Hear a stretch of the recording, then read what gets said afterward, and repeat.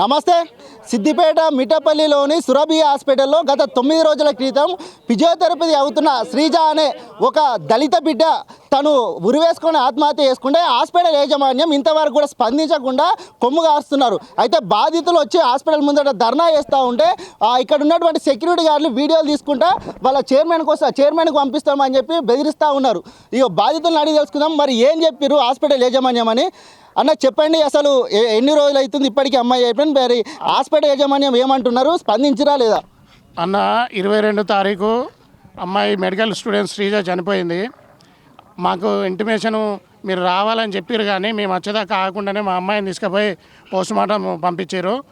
మాకు ఎటువంటి ఇంటిమేషన్ చేయకుండానే చేసారు. ఇప్పటి వరకు కాలేజ్ యజమాన్యం మాట్లాడతామని 9 రోజులు అవుతున్నా కూడా మాకు ఎటువంటి ఇంటిమేషన్ ఇవ్వలేదు. మా బోర్డింగ్ లగేజ్ అందులోనే ఉంది. ఇప్పటి వరకు దానికోసం కూడా ఇంతవరకు ఏం మాట్లాడలేదు. సరే, పొద్దున మేము ఎర్లీ మార్నింగ్ వచ్చి కాలేజ్ యజమాన్యంతో మాట్లాడదామని చెప్పి రిక్వెస్ట్గా 3 సార్లు సెక్యూరిటీ తోటి లోపలికి పంపించినాము. 2 సార్లు ఫోన్ చేసినాము.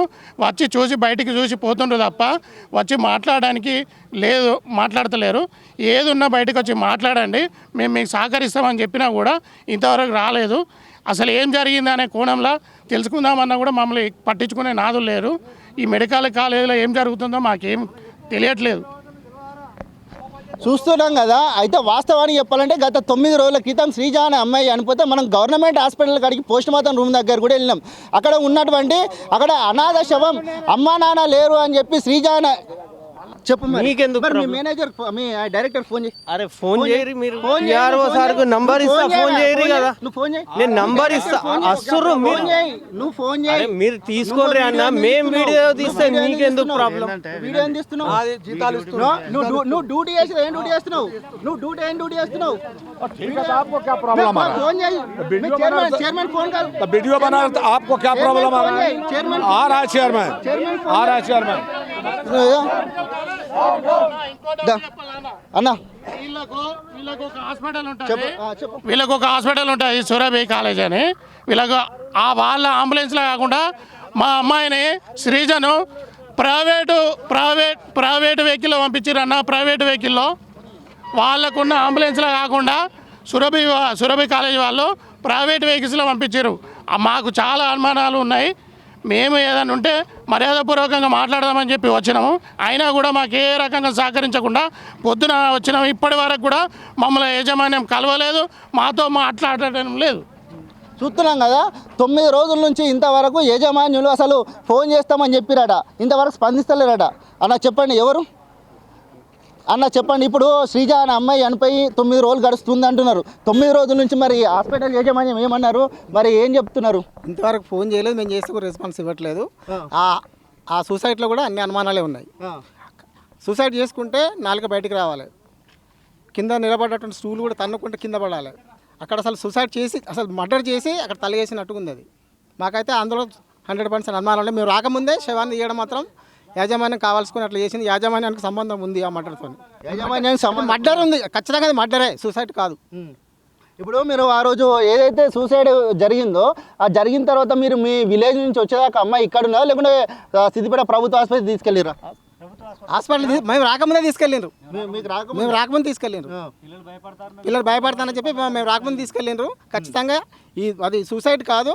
వీళ్ళే ఎవరో యాజమాన్యం అంటే ఇక్కడ పనిచేసే వాళ్ళు లేకుంటే యాజమాన్యానికి సంబంధం ఉన్న వ్యక్తులే, అది హత్య, అది సూసైడ్ కాదు. శ్రీజ అనే అమ్మాయి ఏమవుతుంది, నీకు ఏమవుతుంది? శ్రీజ అనే అమ్మాయి, శ్రీజ అమ్మాయికి నేను మేనమామని అవుతా. నాకు బామ్మర్ది బిడ్డ. చిన్న పాప అప్పుడు 3 సంవత్సరాల వయసు ఉన్నప్పుడే తల్లి తండ్రి ఇద్దరు చచ్చిపోయారు. చనిపోతే అప్పటి నుంచెల్లా ఇక నేనే నా ఆధ్వర్యంలో నా పిల్లలతోనే ఆమెను కూడా చదివిస్తాను. ఇప్పుడు మెడికల్ సీట్ వచ్చింది. మెడికల్ సీట్ అయితే ఈ సురభి కాలేజీలో సీట్ వస్తే ఇందులో కూడా చేర్చి ఫీజులు కూడా కట్టిన సంవత్సరం. అయితే ఏమైందో ఇక ఆమె ఉరి పెట్టుకొని చచ్చిపోయిందని కాలేజీ యాజమాన్యం మాకు ఫోన్ చేసి 22 తారీఖు నాడు, అయ్యో గట్టెట్లా అయిపోయింది అన్న వాళ్ళు, ఏమో అయిపోయింది మరి పెట్టుకునేది చచ్చిపోయిందని చెప్పి అన్నారు. అన్నవాళ్ళు మేము వెహికల్ తీసుకొని వచ్చేలోపే పిల్లలు భయపడతారు, మరి మీకు ఎంత టైం పడుతుంది, అత్తలేరా ఎంత టైం పడుతుంది అని చెప్పి మమ్మల్ని కొద్దిగా గవర చేసిన వాళ్ళు, సార్ మాకు ఒక 2 గంటలు టైం పడుతుంది, చాలా దూరం నుంచి వెళ్తాను అని చెప్పంటే, మరి పిల్లలు భయపడతారు, మేము శవాన్ని తీసుకొని పోతామని అన్న వాళ్ళే. సరే సార్ మరి ఎట్లా సార్ మేము ఎక్కడికి వచ్చాడంటే సర్కార్ దవాఖానకు రాండి, మేము తీసుకుపోతాను, పిల్లలు భయపడతారు అన్న వాళ్ళే. సరే సార్ అన్న వాళ్ళే సర్కార్ దవాఖాలు వేసారు. మేము వచ్చేదాకా గురించలేదు. ఆడికి పోయేటాలకి ఆయన ఆడ శవాల కొట్టి దాంట్లో వేసారు. వేసిన వాళ్ళు పోలీసులు వాళ్ళు వీళ్ళు మమ్మల్ని అటు ఇటు అది చేసి ఏంది అని చెప్పి అడిగిన వాళ్ళు ఇక మాకేం తెలియలేదు, మేము అది ఏం అర్థం కాలేదు, మాకేం తెలియదు. ఇక్కడ సిచ్యువేషన్ ఇక్కడికి వచ్చి చూస్తేనే మాకు తెలుసు, మేము వచ్చేదాకా ఉంచలేదు. మరి ఇప్పుడు అంటే మీరు ఏం అడగదలుచుకున్నారు హాస్పిటల్ యాజమాన్యాన్ని? ఏం అడగదలుచుకున్నామంటే వాళ్ళు తర్వాత మాట్లాడతామన్నారు. వాళ్ళు ఇక్కడికి వచ్చి మాట్లాడతామని చెప్పిర్రా తర్వాత? మాట్లాడతామని అన్నారు. అప్పుడే మందం ఖర్చుల మందం అది చేసారు. ఇక మేము ఇక్కడికి వచ్చి ఫోన్లు చేస్తే వాళ్ళు బయటకు వస్తలేరు, మాతో మాట్లాడతలేరు. కాల్ చేసి ఇక మేము ఇక్కడ ఇప్పుడు శ్రీజ అనే అమ్మాయి చనిపోయింది కదా, మీ మేనకోడలు కదా, మీ అమ్మాయి చనిపోయి ఇప్పుడు ఎన్ని రోజులు అవుతుంది? 9 రోజులు అవుతుంది. 9 రోజులు అవుతుంది. ఆమె లగేజ్ అంతా ఎక్కడ ఉంది? లగేజ్ అంతా ఇదే కాలేజీలో ఉన్నది. కాలేజీలో ఉన్నది. అవి తీసుకోవాలని ఏం ఫోన్ చేయలేరా? వాళ్ళు ఏం ఫోన్ చేయలేదు. ఇక అదే ఇక మొన్న సిఐ గారే వాళ్ళు వచ్చి కాలేజీ వాళ్ళ దగ్గరికి అవి తీసుకొని పోయిన వల్లే ఇటు మాట్లాడదామన్నారు కదా, అది మాట్లాడి ఇవి తీసుకొని పోదామని చెప్పి వచ్చినాం. మరి మాట్లాడదామని అన్నప్పుడు ఇప్పుడు ఇంతవరకు మీకు 9 రోజుల నుంచి ఫోన్ చేయలేరా? ఫోన్ ఇదివరకు ఒక్కసారి కూడా ఫోన్ చేయలేదు, ఎవ్వరు కూడా ఫోన్ చేయలేదు. మాకు ఇంత కూడా రెస్పాన్స్ ఇస్తలేరు. ఆ ఊరి మీద కూడా మాకు అనుమానం ఉన్నది. అంత ఎవరో బయట గొంతు బీచికి చంపి దానికి తలగబెట్టినట్టు అనుమానం వస్తుంది. అక్కడ సిచ్యువేషన్ చూస్తే మేము ఆ రోజు వచ్చేదాకా ఉంచింది ఉంటే ఎట్లుండో ఏమేమో కానీ మేము వచ్చేదాకా ఉంచలేదు. తీసుకొని పోయారు, అయితే హాస్పిటల్ పడేసారు. అది మాకు కూడా దాని కాలేజీ యాజమాన్యం మీదగా డౌటే ఉన్నది, అనుమానం ఉన్నది. శ్రీజ వాళ్ళ కుటుంబ సభ్యులు మరోలు కూడా ఉన్నారు. ఇక్కడికి హాస్పిటల్ దగ్గరకు వచ్చి ఎంతసేపు అయింది? మరి హాస్పిటల్ యాజమాన్యం ఏమంటున్నారు? అసలు స్పందిస్తలేరా? మరి అడిగి తెలుసుకుందాం. అన్న చెప్పండి, ఇప్పుడు ఎంత టైం అవుతుంది మీరు సురభి హాస్పిటల్ దగ్గరకు వచ్చి? మరి హాస్పిటల్ యాజమాన్యము ఏం రెస్పాన్స్ ఇస్తున్నారు? అయ్యా కాలేజీ యజమాన్యాలారా, మేము మారుమూల ప్రాంతం మాది, మా కాలువ శ్రీరాంపూర్ మండల్. మరి అక్కడ మడిపల్లి గ్రామానికి సంబంధించిన శ్రీ తేజ అనే అమ్మాయి 2వ సంవత్సరం బీపీటీ ఈ కాలేజీలో చదువుతుంది కాబట్టి కాలేజీ టాపర్ అమ్మాయి. కాలేజీ టాపర్ కాబట్టి ఆ అమ్మాయిని ఈ కాలేజీలో జాయిన్ చేసి సంవత్సరంన్నర అవుతుంది కాబట్టి ఆ అమ్మాయి మరి ఏందో తెలియదు కానీ మేమందరం కష్టపడి, నేను అక్కడ ఒక మాజీ ఉప సర్పంచ్గా మేము కష్టపడి ఆ అమ్మాయికి అమ్మా నాన్న ఎవరు లేరు కాబట్టి మేమందరం కష్టపడి ఆ అమ్మాయికి రూపాయి పోగు చేసి ఈ కాలేజీకి ఇంతకుముందు 52,000 రూపాయల ఫీజు కట్టినాం కనుక ఆ అమ్మాయికి ఫీజుల ఒత్తిళ్లతోటి ఆ అమ్మాయిని ప్రేరేపించి ఆ అమ్మాయికి నానా రకాల ఇబ్బందులు కల్పించి ఆ అమ్మాయి 22 తారీఖు రోజు సూసైడ్ చేసుకోవాల్సిన టైం వచ్చింది. సరే సూసైడ్ చేసుకొని ఇప్పటికీ 22 తారీఖు రోజు చేసుకుంది కాబట్టి మరి కాలేజీ యాజమాన్యం వాళ్ళ పేరెంట్స్కు అయ్యా మరి మా దగ్గర మీ సామాను ఉంది, లేకపోతే మీది ఇది ఉంది అది ఉంది అని చెప్పి ఎలాంటివి చెప్పకుండా వీళ్ళు రాకముందే బాడీని దించేసి పోస్ట్మార్టం రిపోర్ట్ చేసి అదంతా కంప్లీట్ చేసేసి వాళ్ళకి అప్పచెప్పి ఒక 20,000 రూపాయలు ఇచ్చేసి పంపించి వాళ్ళు చేతులు దులుపుకొని కూడా వాళ్ళు ఏం చెప్పారంటే మేము తర్వాత మీతోటి మాట్లాడతామని చెప్పి ఆ శ్రీజ ఏదైతే ఉన్నదో వాళ్ళ మేనమామ ఆయన సట్టుబాబుకి చెప్పి పంపించినాక మేము 9 రోజులు చూసినాం. 9 రోజుల నుంచి కాలేజీ నుంచి మాకు ఎటువంటి ఇన్ఫర్మేషన్ వస్తుందేమో మేము ఈ కాలేజీ మా యాజమాన్యం దగ్గరికి వచ్చి అయ్యా మాకు ఒక ప్రాణం పోయింది, మా ప్రాణం పరిస్థితి ఏంది, మరి ఎలా చనిపోయింది, ఎట్లా చనిపోయింది, దాని పరిష్కారం ఏందని చెప్పి మేము ఈ కాలేజీ కాడికి వచ్చి దాదాపు పొద్దున పెద్దపల్లి జిల్లా మనది కాలువ శ్రీరాంపూర్ మండల్ నుంచి పొద్దున లేచి ఇక్కడికి దాదాపు 3-4 గంటల నుంచి ఇక్కడ వెయిట్ చేస్తూ ఉంటే కూడా కాలేజీ కాడికి వచ్చి మేము వాళ్ళ సెక్యూరిటీకి ఇన్ఫర్మేషన్ ఇచ్చి కాలేజీ యాజమాన్యం బాధ్యతకు వాళ్ళకి ఇన్ఫర్మేషన్ ఇచ్చినాం. ఎలాంటి రెస్పాన్స్ లేకుండా మమ్మల్ని ఒక బిచ్చగాళ్ళ లెక్క చూసి ఏది ఎస్సీ ఎస్టీ బీసీలమయ్యేపటికే ఈ పరిస్థితులు ఎదుర్కొంటున్నాం. అయ్యా మీరు ఒకసారి చూడురి మొత్తం విద్యార్థులారా, మనం ఒక చిన్న తరగతులకు సంబంధించింది కాబట్టి మనల్ని ఎవరు పట్టించుకుంటలేరు కాబట్టి మనం కూడా ఇక్కడనే ఏదో మన్నో తాగి చచ్చిపోదాం కనుక మరి ఆ కాలేజీ యాజమాన్యం దిగి వస్తలేదు. ఒకసారి ఆలోచన చేయండి.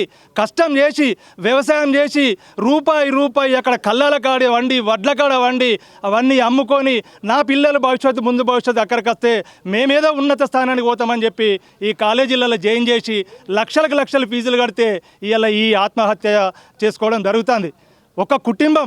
ఒక కుటుంబం సరి అయిన అమ్మాయి విద్యార్థిని చనిపోతే ఆ కుటుంబం ఎంత దూరం వెళ్ళిపోతుందో ఒకసారి మీరు ఆలోచించండి. దయచేసి కాలేజీలో చదివే విద్యార్థులారా మీరు అందరూ ఆలోచన చేయండి. ఈ కాలేజీ పరిస్థితి ఏంది, వీళ్ళ పరిస్థితి ఏంది, చనిపోయిన అమ్మాయి పరిస్థితి ఏందో ఒకసారి ఆలోచన చేసి ఇప్పటికైనా కాలేజీ మీద మేము దౌర్జన్యం చేయడానికి రాలేదు. ఇక్కడ కూర్చొని ఈ ఆత్మహత్యకు సంబంధించిన కారణాలు ఏంది, ఎందుకు చనిపోయింది ఆ అమ్మాయి, ఎందుకు ఇది జరిగింది అని మీతోటి చర్చించి మీతోటి వాదోపవాదనలు చేసుకుందామని వచ్చినాం. కాబట్టి 3-4 గంటలు అవుతుంది, ఎక్కువనే అవుతుంది దాదాపుగా. పెద్దపల్లి జిల్లా ఎక్కడున్నది, కాలువ శ్రీరాంపూర్ మండలం ఎక్కడున్నదో ఒకసారి మీ కాలేజీ యాజమాన్యం ఆలోచన చేయవలసిన అవసరం ఉన్నది.